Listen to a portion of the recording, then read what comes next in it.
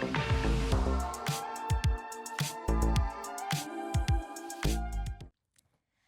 everyone, and welcome back to Call Sheet Confessions. I have a very special guest today. She is the assistant and office administrator at Flappers Comedy Club in Burbank. She is also a stand-up comedian herself and writer and producer. I have my friend Becca Melkonian on the pod. Hey, oh my God, I'm so excited. I'm so excited too. Yay. I've been waiting for this one. Seriously. So, Becca, let's tell the people how we met. Let's address the car on fire in the room. Truly. Somebody arsoned my car, which then arsoned our apartment building, and then we met. And then we met. Yep. And I think it's so funny that we had literally never talked to each other before. Right. Never had really seen each other, I don't think. No, never. Because you sometimes see certain neighbors walk by, but we had never seen each other. Yeah. We're probably because we're so busy. We're just busy. We're just working girlies. But it was so crazy. I remember waking up, and this is so bad. The apartment complex I used to live at in Philly would have all these false fire alarms. Yeah. So the people would say fire, and I'm like, oh, it's come on. Yeah. And so I would just go back to sleep. So unfortunately, that habit stayed with me until LA.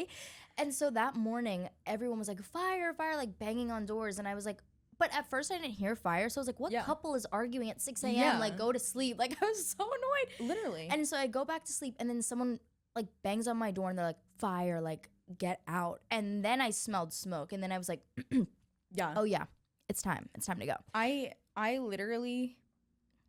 Riley and I were both asleep, and thank God our air conditioning unit was set on auto, so it wasn't going. Our neighbors was going, and it was pumping all the smoke into their apartment. But we woke up at 5 a.m. No fire alarms. The fire alarms never went off. Right. Which is a huge problem. Because if it did, then we would be like, okay, we must go.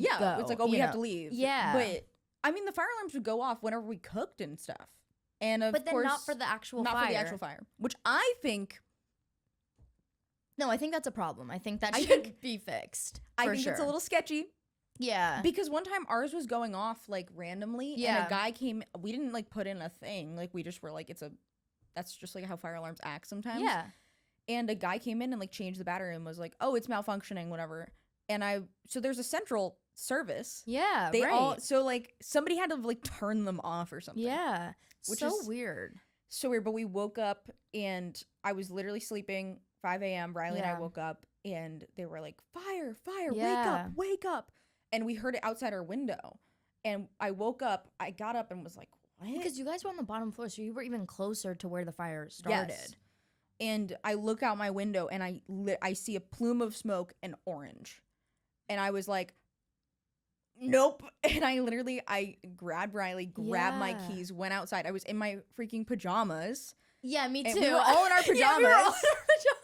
And I was so cold too because it was 5 a.m. in April, and I was and I'm wearing shorts and a t-shirt. I was totally in shorts too, and it was so crazy because I was like, I don't know what's going on, but I'm just gonna take my car. I'm gonna drive to a coffee shop or whatever, and wait until this gets this all blows over.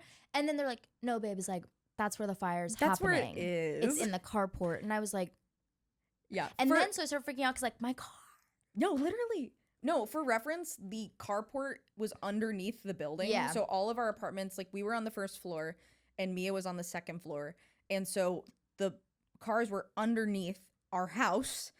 And basically we get out and we're like, fuck. And they're like, it's an electric car. It's an electric car. So I'm thinking my car's probably fine. Right. Because it's not your car. It wasn't my car that was on was the electric car, and we kind of thought it was a Tesla that exploded. That's what I thought too. Yeah. But then it turned out it was a Honda electric vehicle, which is that shit's not made to explode. You can't explode that. That's crazy. And then we were outside for so long, and it went on for I would say at least probably 2 hours. They were trying to put it out because it was so hot because of the electric vehicle and the lithium battery. Yeah. And so we're waiting. I start freaking out. I was calling my mom, crying, calling my grandfather, especially about my car because it was my yes. I've had that car since I was 16, and That's just that's the part I was freaking out about the most. And then I remember they were like, "Is anyone in apartment 35?" And I was like, and they're like, "Yeah, yours is like the most damaged from the smoke." I was like, "Oh, great." But we ended up striking up a conversation. You know, typical LA, like, what do you do for work? Yeah. And we found out, so I was working on John Mulaney's show at the time. And I was like, yes. And we bonded over comedy. Yes. Yeah. Yes. And I was like, I literally started working exactly a week before that happened. I started working at Flappers. So crazy. And I was like, I thank God I had a job when this happened, because like it was so expensive. Yeah. I had to pay like a lot of money to get my clothes restored from the smoke. Thankfully, I didn't lose anything. Yeah. But I had to get all new furniture. Same. And I had to recover all my stuff from the smoke because it was covered in soot. Yeah. Everything was covered in soot. Yes. I also, my face started breaking out. My health, like, took a bad turn. Like, it was... Same. And because of the smoke, I think. Yeah. Whenever, for reference, the reason why the smoke was so bad was because the lithium battery in the car... It causes like toxic fumes, and since the cars were all underneath the building, it pressurized all the pipes, and all the soot went into all the cabinets. So all of our cabinets were filled with soot. We had to throw away literally anything that was in the cabinets. And eventually, once they put out the fire, I look over and I'm like, my car is over there. And at first, I was like, it's okay. The back windshield's broken. That's all you could see. And they pull out the car. And I just break down. My first ever car. It was we'll insert pictures because it's crazy. Like, it was burnt to a crisp. The entire hood was melted. Yeah, 4 cars. Yeah. And the entire hood of my car was melted. The seats were metal frames. Yeah. I had my glasses in there. I had my original New York ID in there. Oh my gosh. I had like my glasses are in there. Yeah, like, you're like, I can't see. It was like, it took me months to get glasses. I was like too busy, but that was also just my fault. But it was like they pulled out that car and I just broke down because that was my first ever car. Yeah, and you only had it like a week. I had it. It was 4 months. I had it. 4 months. But it was new. Like, it was such a new. Yeah. It was brand new. Well, basically, it was brand new, and I loved that car. Literally. On the Friday before, I was telling my boss, I was like, I love my car. I love my Subaru. It's so cute. I love it. And then in literally 3 days, it was gone. And they pulled out the car from underneath. And there's a video of the car being pulled out. And you can hear me in the background just going, like, I've never been absolutely Oh, I have. But like, that was just like, it was a visual that I just didn't need to see ever in my life. It was shocking. It was so shocking. And they pull it out, and Riley doesn't drive, so his only method of transportation was his bike, which also disintegrated. Yeah, no frame, no nothing, disintegrated. And we had storage up there, suitcases in that storage area by our cars, dust. And then do you remember I found my car, you and Riley went and got coffee. Yeah. And we meet back up and we go to the office, the leasing office, because we had nowhere else to go because we went to our apartments and they were like, yeah, you probably can't live here. Yes. And the fire department was like, yeah, I wouldn't live here either. They were like, you can call the Red Cross. And I was like, what's going on? Yeah. And we went to the leasing office and they're like, we're going to get everybody donuts. And I was like, can I have a manager's number, please? And they wouldn't give us donuts. Their number. Yeah, they were it was very weird. It was so weird. Yeah. And but then I had, from when I was down by the cars, I had soot on my shoes. Oh. And I got soot, this toxic soot. Yeah. I ended up sitting like this because this is how I always sit. Yeah. And I got soot all over my legs, and it took... Oh, I actually remember that? Where I was in the bathroom of the gym, like scrubbing this soot off me. We were like crying. It was awful. It was awful. So horrible. And I literally, like, I had like soot stains on me for like a week. Yeah. And we used dish soap to get them off. It was like... It was so bad. And I literally had, like, I still have like medical issues where like if I even get the smell of like artificial smoke, my throat starts hurting, like even when the air quality's bad. Yeah. It's like I'm like damaged from that. Yeah. And I got sick like twice that month. Like, I was on antibiotics and then my skin went insane. It really impacted. And I was like, this is all coming from this toxic soot. Like, because we shouldn't be inhaling it. No. But we have to get all our stuff. Yeah. It was we literally, it took us like a couple weeks. No, week. It took us about a week to get everything out because you ended up moving into a different apartment in the same complex. We went to a hotel, lived in a hotel for like 5 days. Yeah. And we ended up getting an apartment building closer to my work. And basically me and all our friends, I couldn't be in there very much. Yeah. I don't do well with fire because in high school my friend passed away in a house fire. So this was like my worst fucking nightmare. Yeah. Can I curse? Yeah. Okay. Girl, I'm from the East Coast. Yeah, we are.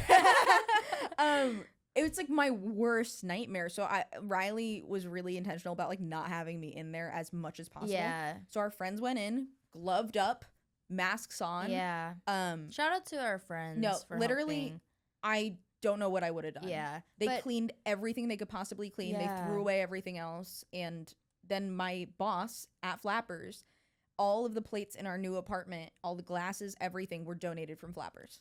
That's so nice. So we had a rough start to post-grad life, did. but we've survived and thrived. We've We're come doing out good. on top. Yes, we have. The fact that like both of us, I feel like amidst the literal like life-changing event, near-death experience that we had, like I feel like it, not that it was like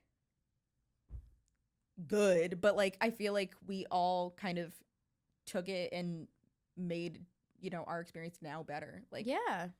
And it just shows like how resilient we are, which is something that's so needed in living here in this industry, you know? Because a lot of people would have moved home. Like a lot of my friends were like, I would have given up. I would have been like, I'm going home. But we persevered and we're here now. But let's take it back to Becca as a child. How did you get interested in entertainment, comedy? How did you know this is what you wanted to do? I mean, growing up, I was always doing theater. I was always in, doing theater. I was a singer. I was a dancer. So I always loved to entertain. But I was kind of shy. I always wanted to make people laugh, but I like felt like I never could. And so a lot of my life, I was kind of like, and I'm also was raised by scientists. So it's like they were not really into entertainment. They also like have a weird sense of humor because they're scientists. It's like they love watching The Big Bang Theory. Yeah, and it's hard to entertain people like that. Totally.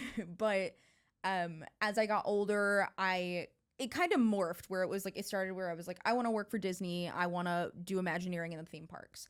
I want to go and I want to be on Broadway. I want to be a singer. I want to, you know, do that stuff. And then eventually I started making YouTube videos. I started vlogging. Me too, girl. Me too. That's what got me started. Yeah. I loved watching vlogs. I always mention Adam the Woo. He recently passed away, but he was like my introduction to vlogging, and kind of my loves of like vlogging and making jokes about Disney and abandoned places. I have a secret love for it. It's a whole thing. I love exploring abandoned places. So I made a lot of videos of just like my life, exploring abandoned places, Disney. Yeah. And then I realized I like storytelling because all of the things that I loved were all about storytelling. Yeah. At the core. So then I ended up going to Emerson for film, and I minored in comedy because I started getting into sketch writing at the end of high school. So you majored in film and minored in comedy. Yes. I minored in comedic writing and performance. Cool. Which is like they offered it and I was like, well, I want to take advantage of this. Like, where else can I do this? And I don't know, I really in high school during COVID, I got really into Monty Python, the history of comedy, and it kind of made me be like, I really love doing this. And I don't know. I feel like for most of my life I was told that I wasn't funny. And so I felt like I had something to prove. Comedian, I know. But I heard growing up that you weren't funny. Yeah.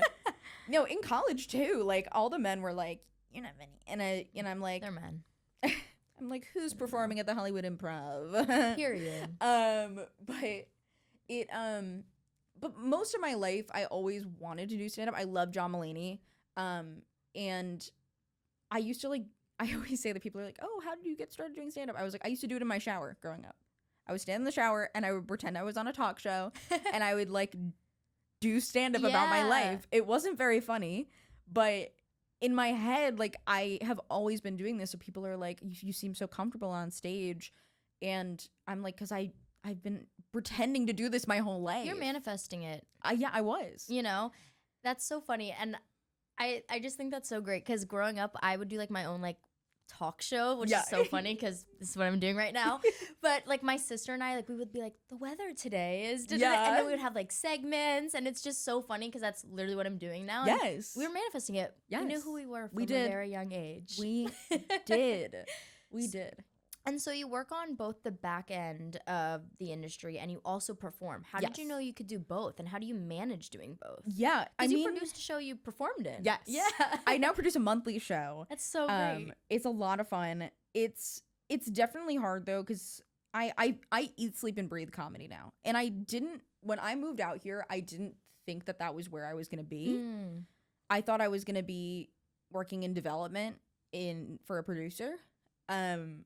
And then, you know, I saw the job opening, was like, why not? Yeah. I was looking for a position, and, you know, as I started, I was like totally immersed in it. And eventually, you know, we have classes and stuff, and I was like, I'm going to take a class, and I'm going to finally like do this thing that I've been wanting to do my whole life. That's amazing. And it literally has not stopped. Yeah. But it's like, almost every moment of my day is like something related to comedy. Like in the mornings, I'm like messaging people about my show, and like during the day I'm working, and at night I'm performing. So it's definitely a balancing act, but I have to like sometimes remind myself to take time to write and like relax, because it can feel very go. Right. Especially when like you're being asked to do shows a lot, it's like yeah, I want to do all these, and then you're doing like 3 shows in a week, and you're like, you just kind of like burn yourself out. Yeah. So when I produce my show, I make sure to give myself like a week off of just not performing, so I can like reset and then go in fresh again. Okay. Yeah. So more on that. What's on your call sheet? Like, what does a day in your life look like?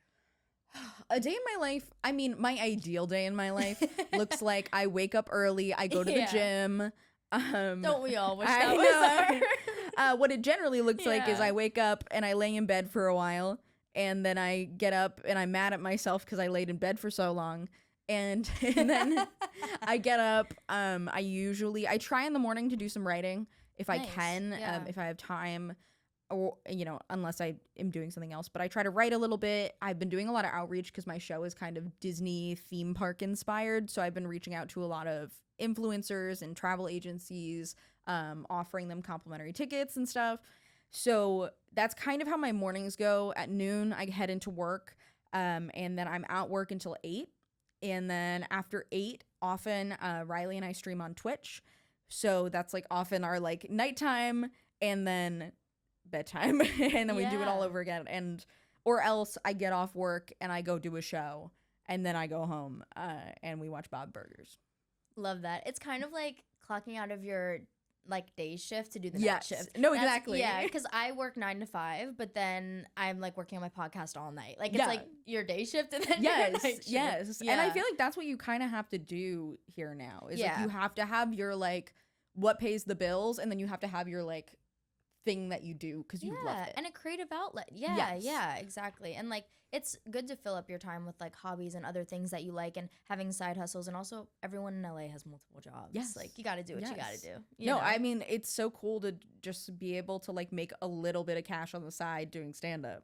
Like it's like nice to be like, oh, I have a little extra on the side. But so we're gonna play a little this or that. Love it.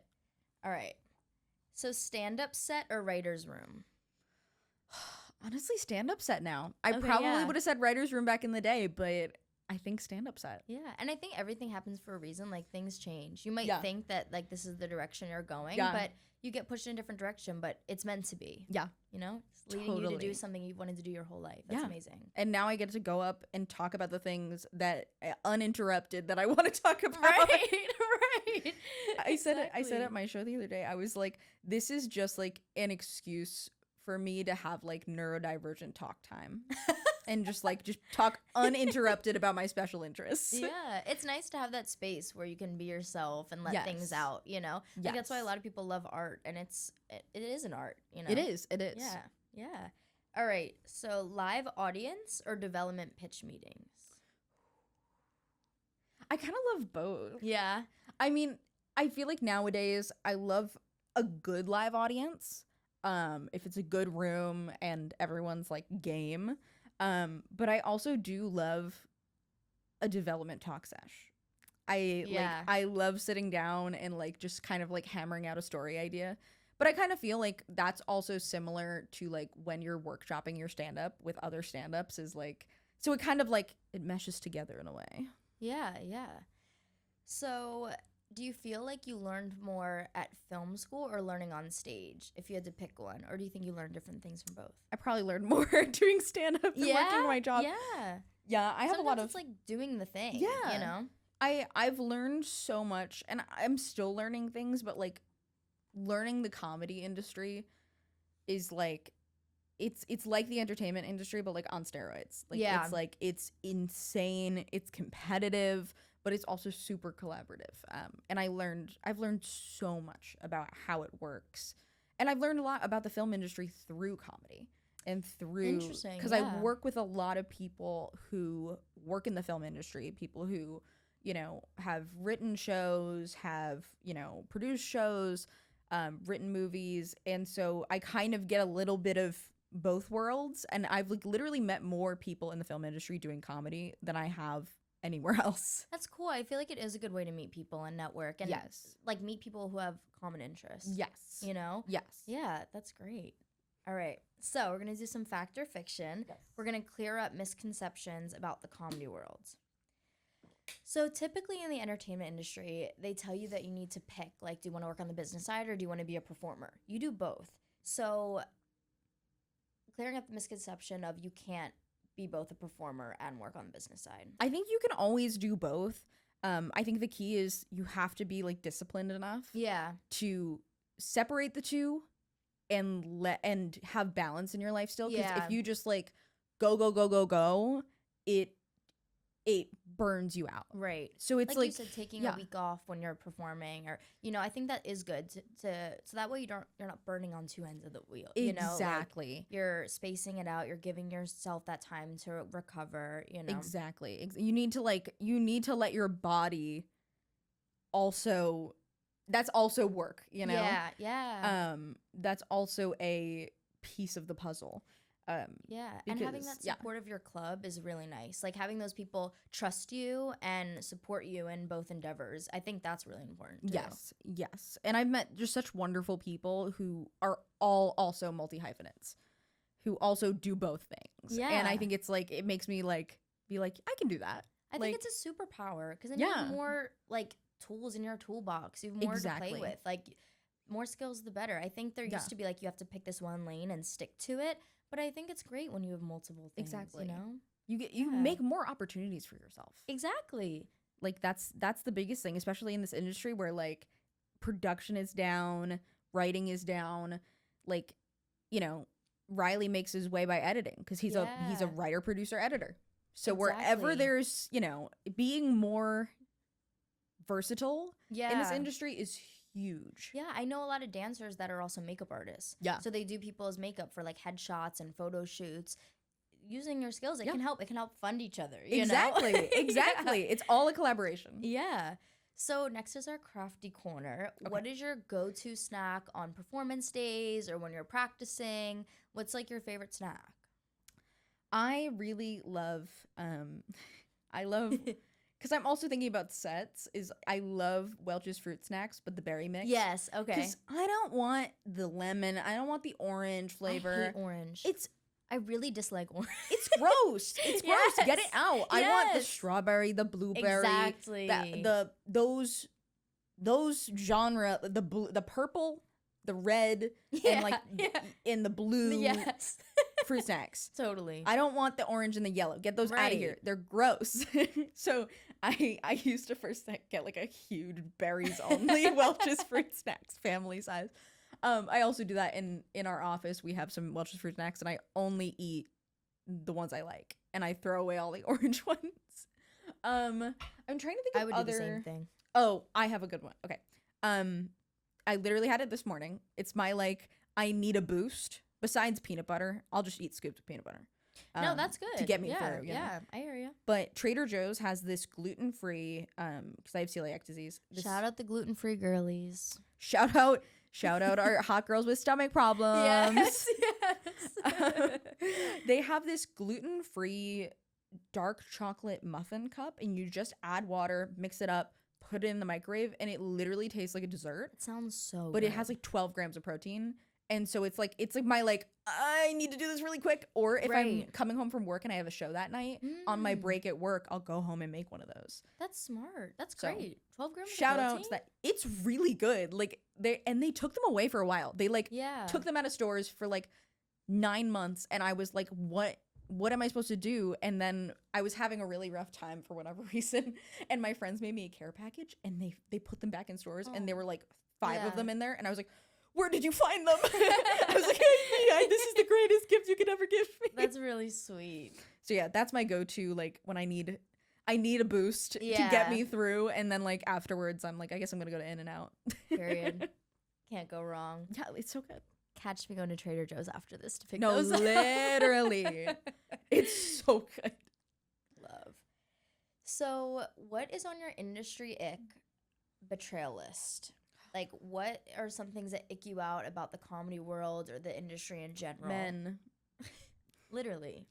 It's always men. It is. I think there are some great stand-up comedians from all walks of life. Yeah. But there is a trend of like men, usually white men, who just go and they're like, my girlfriend's a bitch. And I'm like, you don't have a girlfriend. You don't. Right, Stop lying. Like, you just don't. Yeah. Like, and I think also that genre of comedy, and also those same people are always making like pedophile jokes. And like, I just think like, unless that's your lived experience or something, that you have some kind of connection to that, and that sounds like a weird thing to talk about in the first place, but unless like you have a personal connection to it, like I don't want to hear about it. That's fair. I hate when people get on stage and just lie for a joke, because comedy is all about telling the truth, right? And that's what I've learned from like my mentors, is like there's no point in getting up there and telling a fake story just for a cheap laugh. Like, I think being authentic is important.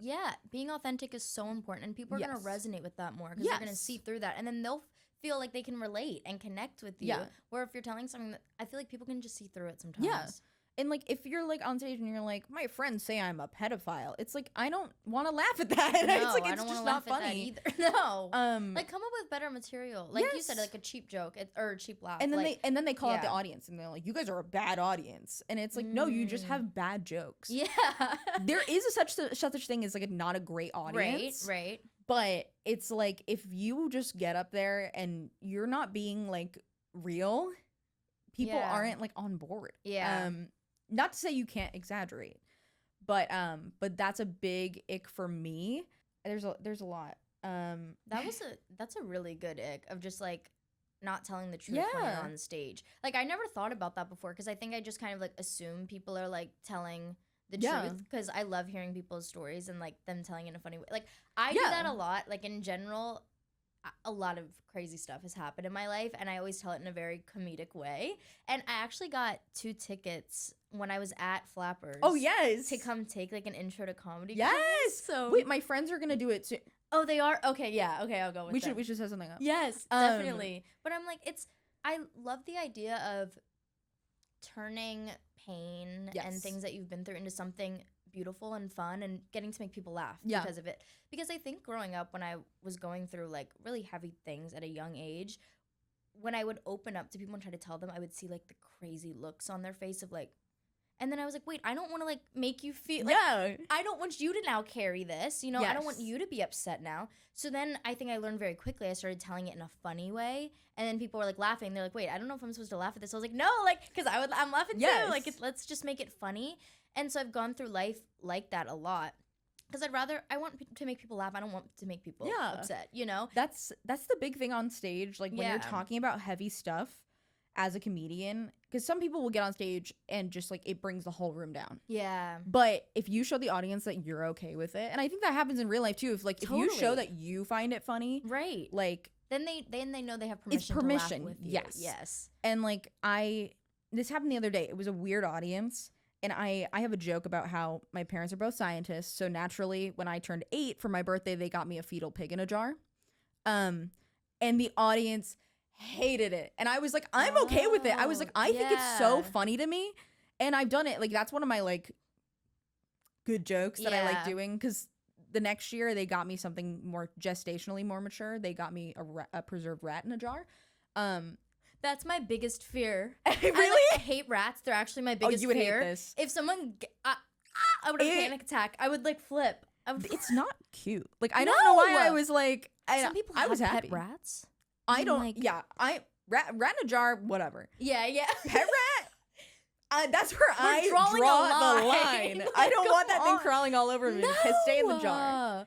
I will say though, you would hate this. My Well, when I did the first ever stand-up set I did, it was the entire story about how I got a pig in a jar. Yeah. And because it's just, to me, it's so funny that my parents were like, this is normal. Right. Because they're scientists and they're just like, yeah, I'm going to order this from a laboratory for my 8-year-old. Yeah. Because she thinks it's cute. Because it made sense to them in their mind, you know? And I tell anybody else and they're like, that's the worst gift you can get. This is the worst gift you can get, like an 8-year-old. But I just think it's so funny, but like you have to be able to tell it in a way that like makes other people feel okay with it and be like, I think it's funny. Yeah. And you know, and I have to talk sometimes like on stage about like my lived experiences and like my experience with my family and like heavy stuff. Right. And it's a balance that I still am trying to figure out. Yeah. Because like it's really hard to talk about some of my family stuff. Because I can't talk about other pieces of it.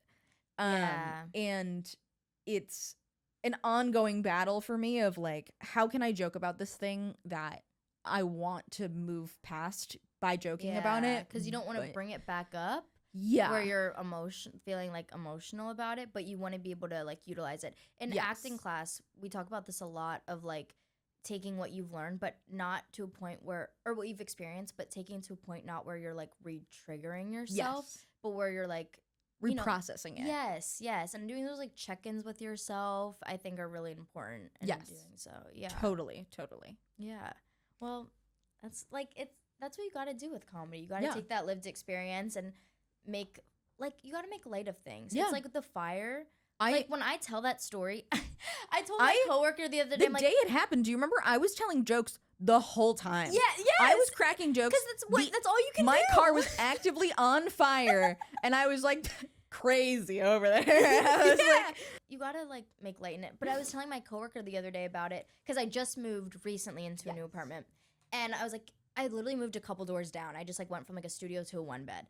But I was telling them, like, I made it a lot easier this time. Like, you know, my last apartment, like, caught on fire, like, a car blew up underneath it. And they were like, Mia? Like, I always go, my car blew up. And they're like, I'm like, somebody blew up my car. And they're like, what are you talking about? Right. Or, like, people ask me my first year in LA has gone. And I'm like, it was good. You know, like, a car blew up underneath my apartment. Well, but, like, want to know the funny thing? We moved in January 1st of 2025. Yeah, I moved, I think me as well. And then we evacuated on January 7th of 2025 because of the wildfires. Oh, yeah. And I was like, I'm not staying here. It was a crazy year with the fires. That's the way I tell it I'm too. I'm an Aries Leo. I am on fire. Like it's bad. Like, and whenever I talk about it too, I'm like, oh, there's a fire. They're like, oh wow, during the fires. I'm like, I know, and it's like different. They had a special plan. The fire came to us. Yes. It was like we missed you the first round. Localized. Yeah. Exactly. Like we're gonna come back around so you get a taste of it too. Yes. I know it's so crazy, but like there was a lot of conversations with my family and my parents, especially when I was living in the freaking hotel trying to find a new place to live.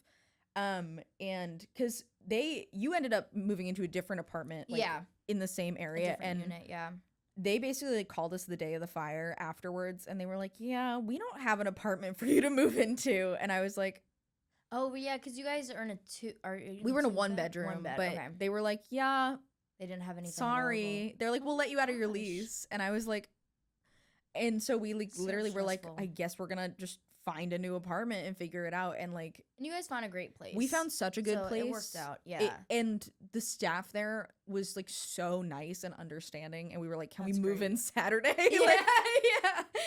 And we're literally renewing our lease because we love it. And amazing. My dad was always like, and it's right by work. Yes. Like, but my dad, something that always stuck with me from that experience was my dad was like, take this as a chance to upgrade. Yeah. Everything that you didn't like about where you were at, not even just the apartment, but like where you were at in your life, like take this as a chance to like to have a fresh start. That's true. And that's like what we did. And I feel like that's been this year. Like this year's the year of the snake, and so I feel like a lot of things came to light. A lot of people's lives, I feel like literally like everything went to shit, basically.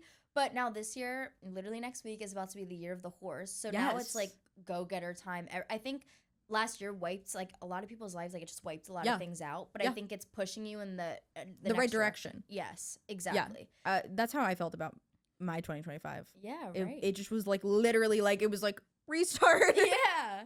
So this is called Call Sheet Confessions. Yes. What is your call sheet confession? A crazy moment, a funny behind the scenes. Did you ever get fired from a job? Any like crazy story that the audience that like watches you perform wouldn't know? I'm trying to think. I mean, I've had a lot of oh, this might be a funny story. It's like vaguely related. Does it I'm trying to think. I think it's related enough. I meet a lot of celebrities. Yeah.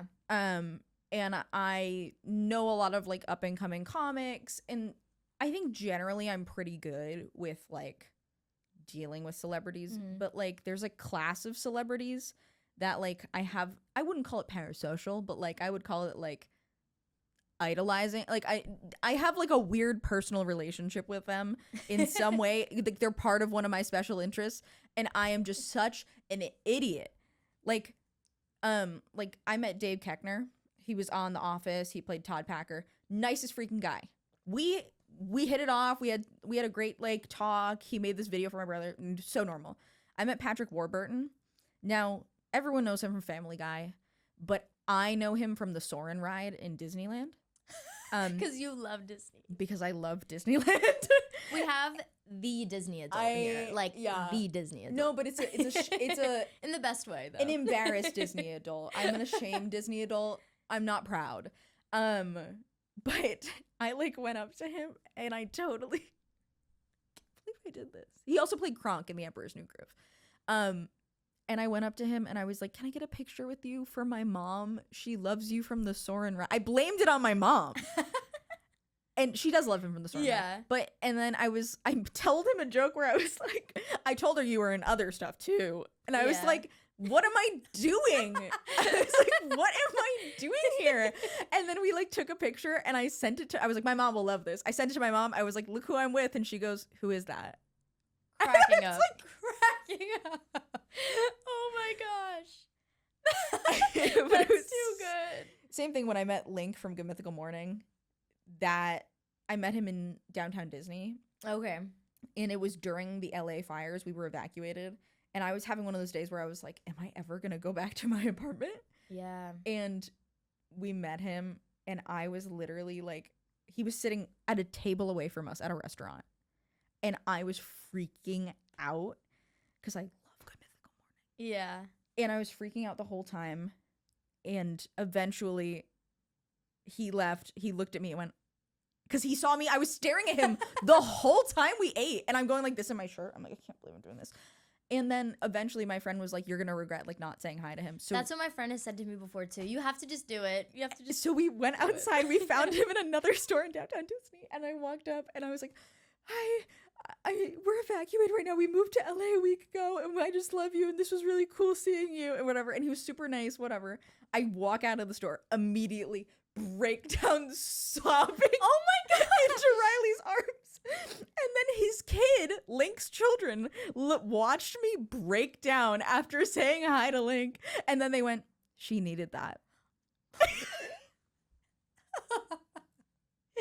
But that's real, like No, but it's so funny. So now whenever like something happens, bawling. we go, she needed that. I just like can't believe. That's really funny. So yeah, That's a good one. That's my call sheet confession. Is like That's a really good one. with a certain brand of celebrities, I am awful. Yeah. Jay Leno and I make awkward eye contact all the time. We're chill. Right. I don't even know if he's looking at me. He's very old, so I don't even know if he thinks he's looking through me. But I'm looking right at him. Yeah. But like Patrick Warburton and Link from Good Mythical Morning, yeah. I'm a mess. Can't believe I did that. It was ridiculous. So you've built this career for yourself and you're still building it. What would your advice be for people that want to be in a position like you or people that want to do stand-up, Yeah. be a comedian? What's your advice for them? If they were just moving to LA, what would you tell them to do? I mean, I think the biggest thing is try it. Like, go out on a limb. That's what I did. I had always wanted to do this. I just tried it one day. Yeah. And I had already, like, from working in the position I was in, I had made a lot of friends through it. But there's so many great clubs in LA. There's so many great spots for open mics, especially for women. It can be hard. Yeah.